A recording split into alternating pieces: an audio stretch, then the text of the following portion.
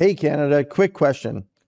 Are you actually paying attention to what's happening right now in the United States? Because while we're distracted with the usual noise, the Trump administration just released its brand new 2025 National Security Strategy, a blueprint for how America plans to defend itself, project power, and reshape global alliances. And inside that document are things that absolutely affect us, our sovereignty, and our future. Most Canadians haven't even heard it or about it. This isn't some academic PDF sitting on the shelf. This is a playbook, the roadmap, the statement of the intent of the world's most powerful military. It spells out exactly how the U.S. intends to handle China, Russia, NATO, the Arctic, energy security, and the entire Western Hemisphere, our hemisphere. And the tone is blunt, unapologetic, and firmly American. And here's where Canada should perk up. The strategy emphasizes hemispheric control, military dominance, and freedom of navigation in the strategic regions, including the Arctic. Remember the Northwest Passage? We've always maintained it, but under the doctrine, the U.S. could easily justify sailing through it without our permission, not because they're hostile, but because the strategy now explicitly prioritizes American interests, even in our backyard. Canada isn't mentioned as a threat, but we are treated as an assumption, a given, a background character in America's strategic outlook. That should bother us. And here's something even more consequential. The document makes it very clear that the U.S. is prepared for a full-scale economic and strategic confrontation with China. Not just military, but through trade, supply chains, and technology and energy. And when the U.S. says it wants to cut economic dependence on China, it doesn't just mean America. It means everyone in the American security orbit, including us. In other words, Canada's massive two-way trade with China, from critical minerals to consumer goods, may not survive this era. The U.S. strategy strongly implies that allies will be expected to align with Washington and sever or drastically restrict economic ties with China, whether they're ready for that or not. That's the inferred warning. If the U.S. decouples from China, Canada will be told to do the same or face consequences within the alliance. The doctrine also signals a shift in alliances. The U.S. is done carrying partnerships on its back. NATO, collective defense, long-standing commitments, all now framed transactionally. What do you contribute, or why should we show up for you? For a country like Canada, already criticized for low defense spending and deep trade with China, that's a double warning. Our security has always been protected by geography and friendship. This strategy implies those freebies might be over, and that Canada may have to choose sides on issues we've avoided choosing for decades. Because while Canada still hasn't produced its own modern national security strategy, the U.S. just released a 60-page one that directly impacts us economically, militarily, and geopolitically. This isn't about being anti-American. It's about being pro-Canadian and understanding the strategic reality our closest ally is actually operating from. So I'll end this. Are Canadians awake to this? Do we realize that the U.S. just declared its strategic worldwide view for the next 4 years? Do we understand what that means to the Arctic, for NATO, for our borders, for our defense spending, for our sovereignty, and now for our trade? Or are we about to sleepwalk into an era where the rules for us are going to be written and not by us? Please read the entire new national security strategy of the United States of America. And today we've decided to play Section 3 of this strategy that deals solely with the Western Hemisphere. Because if we don't define our interests, someone else will, and they already have. But before that, it is important to understand an idea called the Monroe Doctrine, as understanding it will help better comprehend the United States national security strategy focused on the Western Hemisphere. The doctrine goes back to 1823, when the United States was still a young republic and Europe was full of empires. At that time, many countries like Latin America had just broken free of colonialism. Spain, Portugal, and other European powers were thinking about taking their colonies back. The U.S. didn't like that, so President James Monroe made a declaration. The Western Hemisphere is closed to foreign powers. No new colonies, no European interference, and in exchange, the US will stay out of the European wars. It was simple. This side of the world is ours to protect. Over time, that idea, protecting the Western Hemisphere, turned into something much bigger. It became, this side of the world is ours to influence and sometimes control. Throughout the 1900s, the U.S. used the Monroe Doctrine to intervene across Latin America, sometimes to fight communism, sometimes to protect American business interests, and sometimes to keep governments in line. And now, in 2025, the Monroe Doctrine is being revived in a very modern context.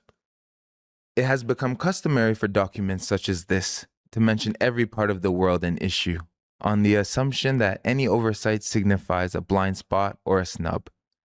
As a result, such documents become bloated and unfocused, the opposite of what a strategy should be. To focus and prioritize is to choose, to acknowledge that not everything matters equally to everyone.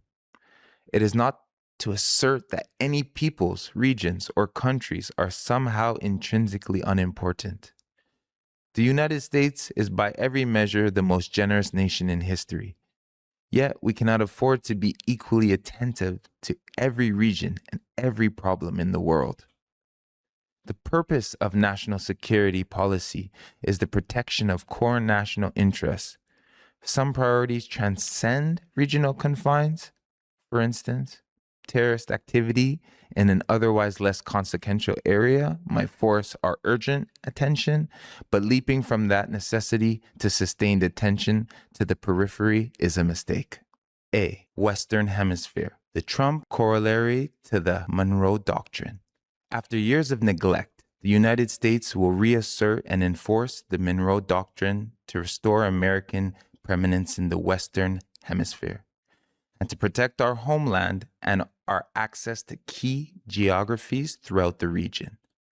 We will deny non-hemispheric competitors the ability to position forces or other threatening capabilities, or to own or control strategically vital assets in our hemisphere. This Trump corollary to the Monroe Doctrine is a common sense and potent restoration of American power and priorities, consistent with American security interests. Our goals for the Western Hemisphere can be summarized as enlist and expand. We will enlist established friends in the hemisphere to control migration, stop drug flows, and strengthen stability and security on land and sea. We will expand by cultivating and strengthening new partners while bolstering our own nation's appeal as the hemisphere's economic and security partner of choice. Enlist. American policy should focus on enlisting regional champions that can help create tolerable stability in the region, even beyond those partners' borders. These nations would help us stop illegal and destabilizing migration, neutralize cartels, nearshore manufacturing, and develop local private economies, among other things.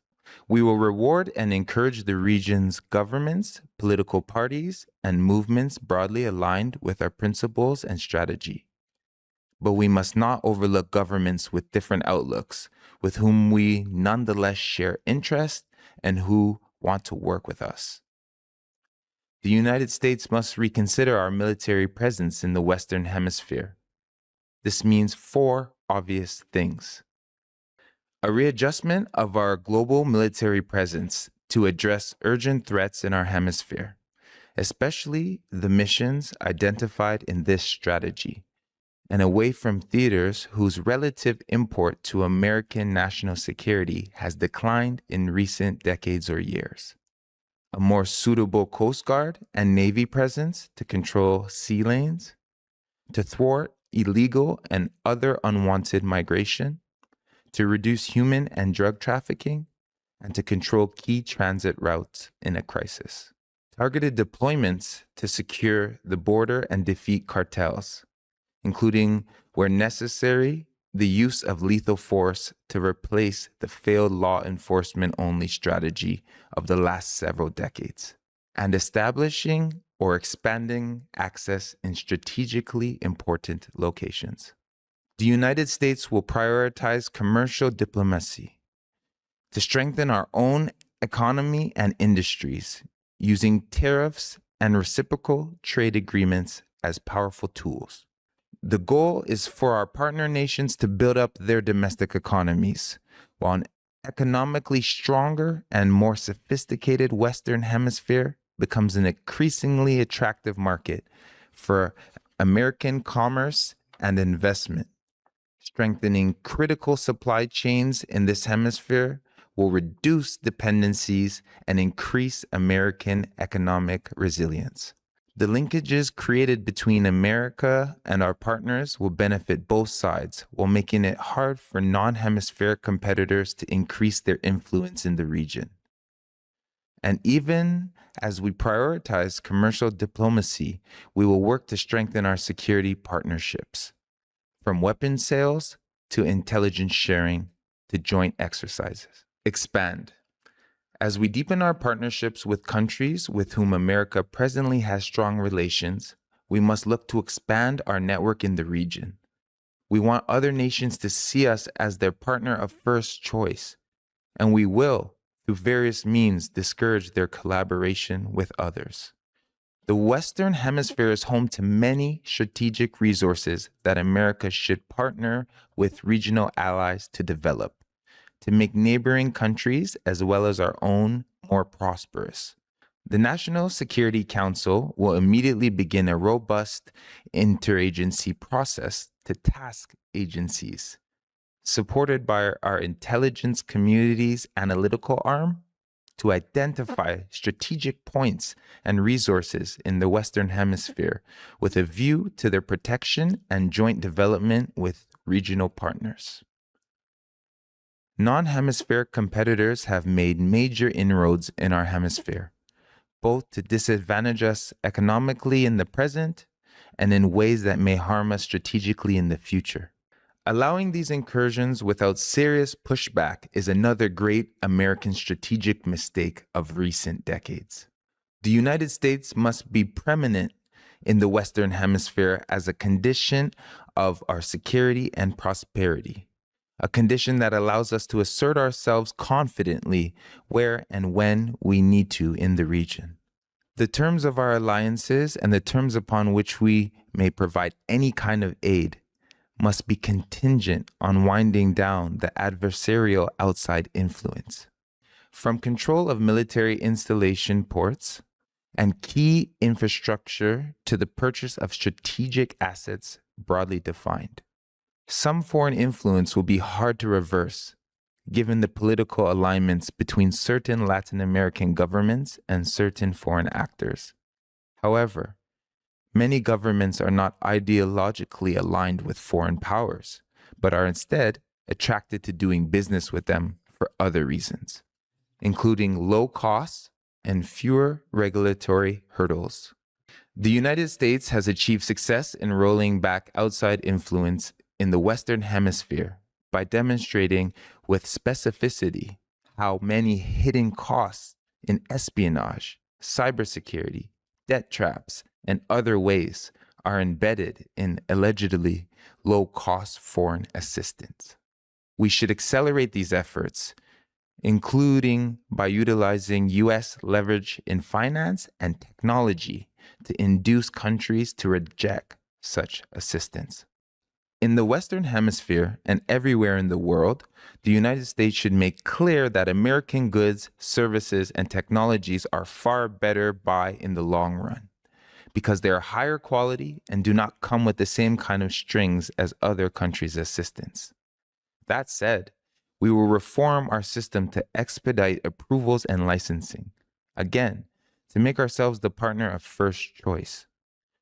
The choice all countries should face is whether they want to live in an American-led world of sovereign countries and free economies, or in a parallel one in which they are influenced by countries on the other side of the world.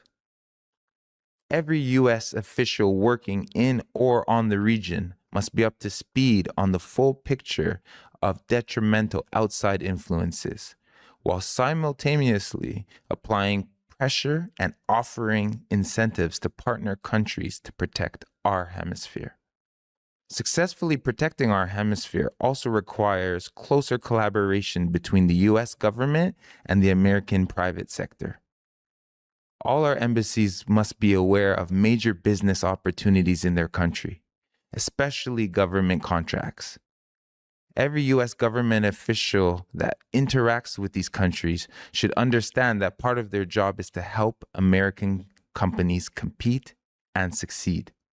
The U.S. government will identify strategic acquisition and investment opportunities for American companies in the region and present these opportunities for assessment by every U.S. government financing program, including but not limited to those within the Department of State, War, and Energy, the Small Business Administration, the International Development Finance Corporation, the Export-Import Bank, and the Millennium Challenge Corporation. We should also partner with regional governments and businesses to build scalable and resilient energy infrastructure, invest in critical mineral access, and harden existing and future cyber communication networks that will take full advantage of American encryption and security potential. The aforementioned U.S. government entities should be used to finance some of the costs of purchasing U.S. goods abroad. The United States must also resist and reverse measures such as targeted taxation, unfair regulation, and expropriation that disadvantage U.S. businesses. The terms of our agreements, especially with those countries that depend on us most and therefore over which we have the most leverage, must be sole source contracts for our companies. At the same time, we should make every effort to push our foreign companies that build infrastructure in the region.